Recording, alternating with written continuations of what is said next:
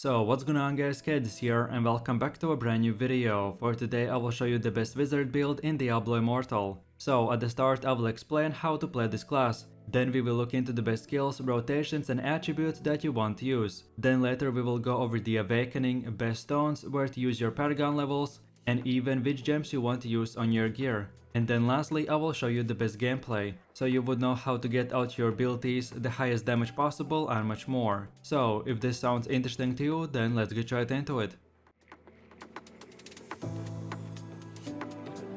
So Wizards in the endgame is one of the highest damage classes, by using elemental magic with high AoE and crowd control. The wizard can be played with ranged spells that deal magic from afar safely, or you can make her into a battle mage, for more up close playstyle. One of her best abilities is the movement skill called Teleport, which you can use to instantly reposition during combat or to travel long distances quickly. When your teammates pull all the mobs very close to each other, then the wizard will unleash her massive arsenal of AoE skills, which will do massive amounts of damage. So overall this is the best build for players that love strategic gameplay, with good damage, good mobility and much more. So then let's move over to the build, and for your skills you want to go with the magic missile, meteor, arcane wind, black hole and teleport. So first of all, the first ability is called magic missile, and this is a simple damage ability that you can shoot and it will do basic attacks, but then plus you get an ultimate ability. So then when you activate it, you will receive a frost effect for 12 seconds. This frost effect will basically increase your damage and slow the enemies at the same time. Overall, the magic missile is your best and highest damage primary skill that you can get, and I recommend to use this ability as much as possible. So basically spam it whenever your other skills are on cooldown. Then moving over to the second ability, which is the meteor. The ground it hits, it scorches, which means that it will be burning all enemies for next 6 seconds, but it will have a delay before landing the shot. So you have to aim and time the meteor correctly, which you will be able to get used to after the first few tries. Then for the next ability we have the arcane wind, and this will unleash a blast of wind in the direction that you aim it at, dealing damage and knocking enemies away.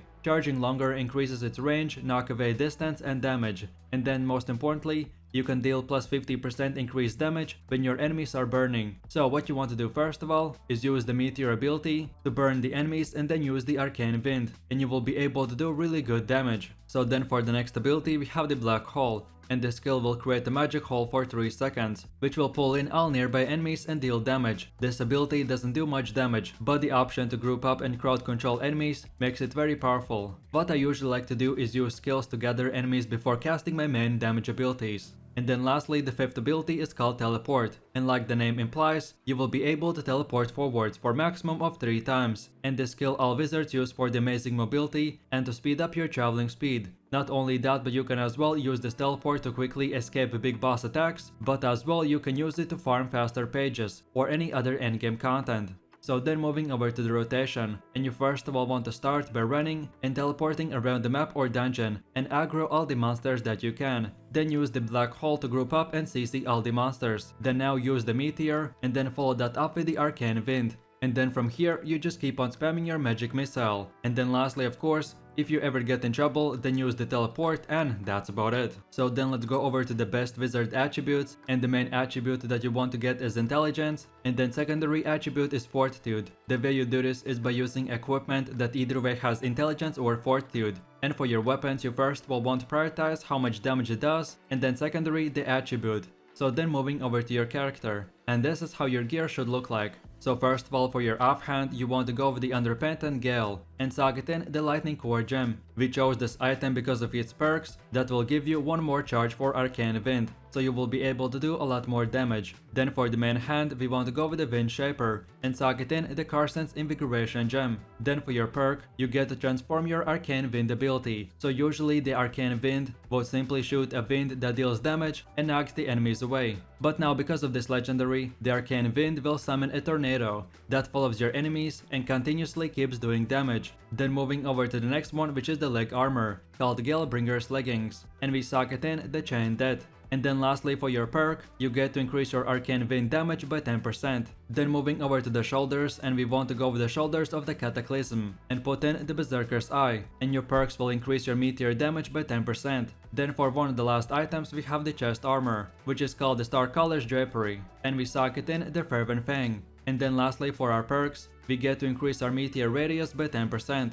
And then lastly for our helmet, we go with the Call of the Abyss, and we socket in the Everlasting Torment. And this time for your perks, we get to increase our black hole radius by 20%. Then for your charm, you want to get this exact piece that gives all of your skills that you use damage increase. And then last but not the least for your neck, we go with the Subjugator and socket in the 1 Aquamarine, 1 Ruby and 1 Citroen gem. Then for your finger, we get the Prisoner and socket in the Tourmaline gem. Then for your other finger, we get the Tourniquet and socket in 1 Tourmaline gem. Then for your hands, we get the Mailed Fist and socket in 3 Tourmaline gems. Then for your waist, we get the Gaylor and socket in 3 Topaz gems. And then lastly for your feet, we get the Tyrant and socket in 3 Sapphire gems. And then just before we move on to the next part of the video, I want to clarify a few things on the armor. The exact items and gems I'm showing you are the best of the best. So it does not mean that you have to get perfect 5 out of 5 star gems or rank 20 items, but you simply use whatever is the best and available on your character, and bit by bit when you get these gear pieces and gems, then start equipping them, and this is how your full endgame build will look like.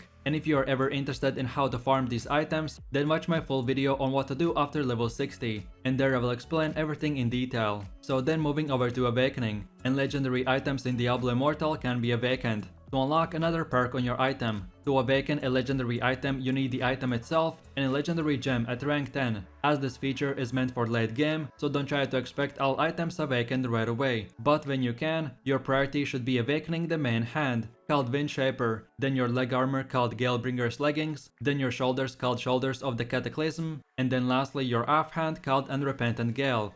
And then from here you can awaken whatever item you want, in whatever order you prefer. So then moving over to the gems, and we already covered the best gems that you want to use on your items in the gear section of this video. But in case if you can't get your hands on the best gems, then in the meanwhile I want to give you a few alternatives that will be good as well. So the best starter gems are the Everlasting Torment, Fervent Fang, Berserker's Eye, Lightning Core, Power and Command, Seal's Weakening and Cutthroat's Grin. And then for your normal gems you want to get Tourmaline, Sapphire and Topaz. All of these gems will be useful and good alternatives, but like I said, for the best of the best, watch again the gear part of this video. So then moving over to the charm, and like I said, when we were looking into what gear we want to use, this charm that will give you bonuses to Arcane Wind, Meteor, Magic Missile and Black Hole is the best of the best, but especially at the beginning it's not that easy to get. So if this is the case, then your charm priority should be on having the Magic Missile, Meteor, Arcane Wind and Black Hole. And if you have at least a charm with few of these abilities, then that will be already really good. But now you know at least what bonuses are the best